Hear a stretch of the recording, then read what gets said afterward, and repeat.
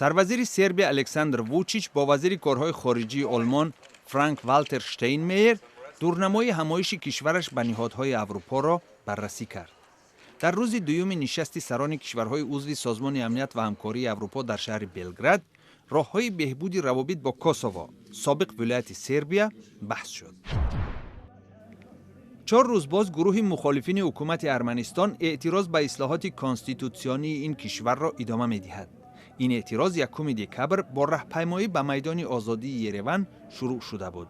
آنها طرفدار انتخابات نو پارلمانتی و پرزیدنتی در ارمنستان میباشند. در عین زمان این گروه به نظرخواهی کانستیتوسیونی که 6 دکبر مد نظر گرفته شده امکان تمدید مدت ریاست جمهوری پرزیدنت ارمنستان سرژ سارگسیان را تامین می‌نماید مخالف میباشند.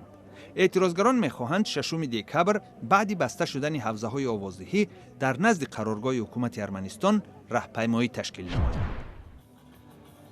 در استان نمایشگاه صاحبکاران محلی قزاقستان برپا شد. در این چاره‌بینی حکومت صاحبکاران قزاق را به تولید محصولات رقابت‌پذیر و صاحبکاری شرفمندانه دعوت کرد.